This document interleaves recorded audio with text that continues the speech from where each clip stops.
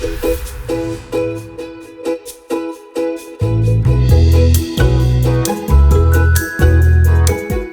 time, narinig natin ang kwento ni Mommy Emily at napag-usapan ang pinagdadaanin nating mga magulang sa pagtuturo sa ating mga anak with our guest expert, Teacher Gabby. Today, we'll continue to discuss the different challenges na kinakaharap ng mga pamilya at teachers ngayong pandemya at kung paano natin mas matutulungan ang mga bata sa panahon na ito. Mommies and daddies, gumagawa ba kayo ng schedule para sa inyong mga anak? So, schedule of the day. At this time, dapat kumakain na. At this time, sleeping time na. At this time, school time na. Okay, before we go to our next topic, we'd like to ask lang a question from Bernalyn. I think this is Mommy Bernalyn. Teacher Gabby, ano po ang magandang sabihin ng parents sa anak para mas ganahan ang mga kids? With studying, kaya? With studying, yes. Yeah. Siguro, important talaga na we encourage them. Pero hindi naman parating good. You know, like, ngayon, hindi ko masyadong nagugustuhan yung parang good job. Pag sinasabi mo lang, good job, parang pinaglalagpas mo lang na, o sige ha, nagsabi na ako ng good. So, important na magbigay ka ng exactly ano yung nakita mong good. Na, alam ko, ang dami-dami mong homework, pero tinapos mo. You tried to finish it bago ka naglaro sa gadget mo. So, imbes na sabihin mo na, good job, sabihin mo sa kanya ano yung nagustuhan mo. And that will develop yung skill na yon more. So, giving mga specific praise is helpful. And then, showing them na what made you happy. Parang, I was proud of you that you did your homework on your own. Or, nasiyahan kami ng daddy mo nung nakita namin na nag-try ka sumagot na, nag-participate ka sa class. So, giving exact tips and things that encouragement to help them or letting them know na, yeah, you can see na mahirap yon pero they tried. Yeah. So, those are some positive reinforcements. Ang ganda! You're right to be more specific na, gusto ko na ginamit mo yung colors na to or yung color combination na to sa artwork mo. Kasi you're right in that tayong mga magulang sa work natin, kapag may specific comment tungkol sa, okay mong ginawa yung ganito.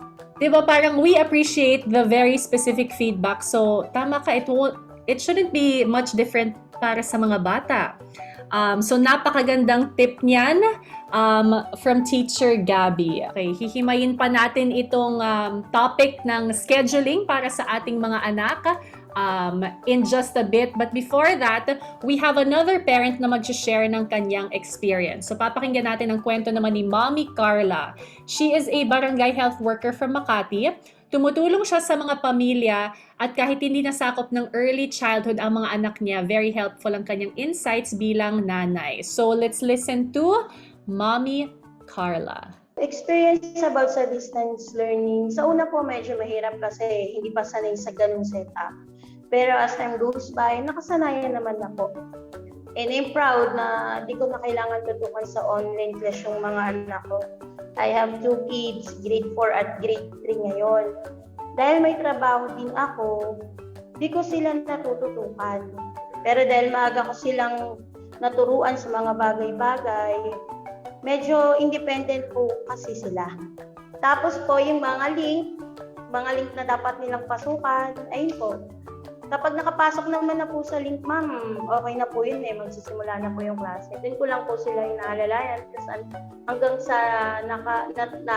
hanggang tumagal yun. Nakasanay na nila at sila na lang po talaga yung pumapasok sa klase nila. Galing naman ng pa-training ni Mommy Carla. Parang ito mismo yung sinasabi ni Teacher Gabby kanina na parang kapag gets na ng mga bata, by the time na grade 2, grade 3 sila, they will be independent. Wow! Yan ang goals! Yan ang goal ng bawat parent, I'm sure, lalo na ng mga kids aged 0 to 8. So dahil paulit-ulit yung tasks, repetitiveness and schedule. So yeah, Teacher Gabby, what is your take on schedules, on yung parang repetitive, I guess routines para sa mga bata? Yeah. So tama talaga na ang goal natin ay dapat maging independent kasi yung mga bata. Hindi tayo yung gumagawa ng homework or yung mga gawain nila para matuto din sila. And dapat kasi don't expect na perfect. Ang important is they do it. Yung visual schedule or yung routines, nakakatulong sa young children. That was made by my daughter. Then drawing yung gagawin niya for that day. She has ownership kung ano yung gagawin niya that day. Imbes na we're always reminding them na naiinis ka na rin kasi paalala ka ng paalala na kain na or maligo na or brush teeth na. Alam na nila na, pagkakain, maliligo na ako. Tapos mag-brush teeth and then papasok na ako. So they can do things on their own and they can prepare themselves. So, they can draw that. You can take pictures. Sa Galileo, I think I showed a picture that we have a clock. And it teaches them about time. It teaches them na dumadaan yung time. So naglo-log in sila, meron silang countdown timer, and alam nila, kahit hindi nila actually nababasa yung oras, alam lang nila na lumilipas yung oras. And knowing that, having that clock, pwede rin yung gawing parang countdown para ma-ready nila yung sarili nila. I mean, imagine, di ba, pag nagtatrabaho tayo, focus na focus, tapos biglang kukunin kita na, halika na, alis na tayo. Siyempre, hindi ka ready. So, ganun din para sa mga bata. They need time. So, kunwari, nasa gadget sila, naglalaro, bigyan nyo sila na, 5 minutes na lang ha, kailangan ng patayin yan. Tapos 3 minutes, 1 minute, ganon. Tapos nagka-countdown pa kami. So nakikita nila yung countdown sa clock na 10 seconds, ganyan. Sometimes, hindi naaabot ng 10 seconds, ready na sila. So wala naman. Right? So yun na. Everybody's happy. Totoo. And beneficial din yan sa mga magulang kasi alam natin, kunyari, nap time to. Yun yung time natin na pwede na tayong gumawa ng mga gusto natin. I mentioned earlier when I was introducing you, Teacher Gabby, that you are an advocate of play. Now, ako tuwan-tuwa ako dito kasi dati, when we were growing up, parang, puro ka na lang laro. Ganon yung mindset, diba? Pero play is so important when it comes to learning. Please share more about that, Teacher Gabby. Yeah, absolutely. So, yun nga, pag parents tayo, naiinis tayo. Yung mga hanger nga lumalabas. Kasi tayo yung nagde-dictate kung anong gagawin nila. But if you let them play, ang dami nila, they will learn yung mga concepts na kailangan nila matutunan sa math, literacy. They get to express themselves. So, yung play helps them parang yun, to learn and do their daily activities. So, important siya to help children to gain more experience. They're able to learn, especially if it's their choice. So, important yung child-led play. Ang ibig sabihin ng child-led is, siya yung namili. Bakit dapat ganun? Kasi, magiging mas interested sila pag silang namili ng activity. You're right! At sigurado yung mga parents of more than one kid, nakaka-relate doon. Kasi during our pag yung first child, parang sobrang nating bine-baby, hindi pa natin sure. Pero when we see the second, or for those na may third, yung kaya ni ate or ni kuya, kaya din nila. And parang they develop so fast nga, iba yung confidence nila, yung kumpiyansa sa sarili. I love that na ibang-iba na yung mindset ngayon when it comes to playing. Yes. And talagang yung benefits from play. And it doesn't take a lot from the adult. So from the parent, diba, pwede nyo nang, syempre sa umpisa, and I find that dahil nga sa mga gadget, a lot of times yung mga bata have a hard, parang hindi na masyadong natural sa kanila. So we need to assist them sa umpisa. Pero after a while, they'll discover it. And you know what, hindi kailangan ng parang bibili ka ng kung ano-anong toys. They love to play yung mga di ba tayo nung bata yung mga tansan, mga sticks, so ganun din, mga bottle caps, enjoy na sila doon. And there's so much that they can learn, yung cognitive side, mga shapes, or mga colors, nandun na nangyayari na yon as they are playing with those materials. So, daming makaka-relate na parents dyan, yung Kunyari, may pinag-ipunan tayo, may binili tayong laruan para sa bata, tapos yung box yung nilaro ng bata, hindi yung toy. The toy, ipi-play nila for a bit, tapos mamaya, doon na sila sa box interesado. Bakit ganon, Teacher Gabby? Yeah, kasi mas di ba kunwari yung laman ng box na yun is a train set, kunwari. Yun, train set lang siya. Hanggang dun lang yun. After na yung story sa head nila matapos na sa train, wala na silang maisip. Pero yung box, pwede siyang bahay, pwede siyang playground, pwede siyang taguan, pwede siyang parang handbag or suitcase, spaceship, lahat. Ang daming options with that bag. So, their imagination goes wild pag mga ganun. Mga open-ended kasi siya. Wala siyang label talaga. It can be anything they want it to be.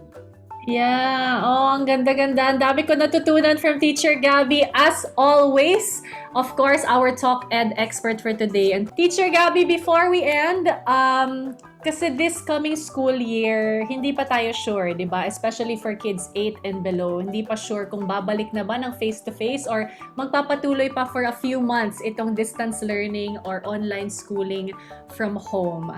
What's your final advice to parents like me, to parents like us, and pati na rin sa mga educators kung makikita nating magpapatuloy pa itong distance learning or even hybrid learning in the months to come? Sure. So at least may practice na tayo. Hindi katulad sa 2020 na wala tayong practice. Alam na natin what it's gonna be like. And so you can just look back in the last few months and best practices. Pero ang sa akin talaga is really try to keep the play there. Na-realize namin even with Galileo and with the preschool na kahit online, we were still able to play and it was still fun. So just try to insert play during your day. Prepare yourself for the day. Even sa inyo, mga mommies, mga teachers, you need to have your routine. Make sure you have time to rest. Time for yourself also, yung me time. Make sure na you have time for meditation or just a few minutes for yourself para ready ka to face distance learning plus work from home plus everything else. And yun, don't forget to play also. Kayo rin, you need to play. Yeah, I love that advice, Teacher Gabby. Meron akong napanood recently na sinabi nila yung importance ng play. Hindi lang para sa mga bata, pero para sa atin ding adults when we play with our students or our kids. Pag naglalaro daw kasi, you're in the moment. You're not thinking about ano nangyari kahapon. Hindi mo iniisip, ano kaya ang gagawin ko bukas? Pag naglalaro, you're fully in the now. Yes, that's right.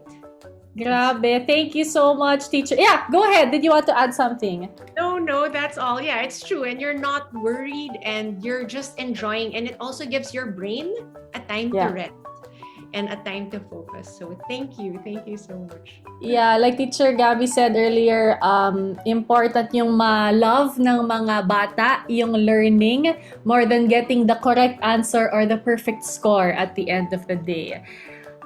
Teachers, parents, thank you so much. Dito na nagtatapos ang ating TalkED Early Childhood Series. Ito, syempre, ang inyong parenting companion pagdating sa pag-aalaga ng mga batang edad 0 to 8. Of course, super thank you to our TalkED expert for today, Teacher Gabby Roa-Limjoco, for your time, for your generosity sa lahat ng mga valuable advice. Thank you. Thank you so much for joining us today, Teacher Gabby, and of course sa mga mommies and daddies, sa mga guardians ng mga bata.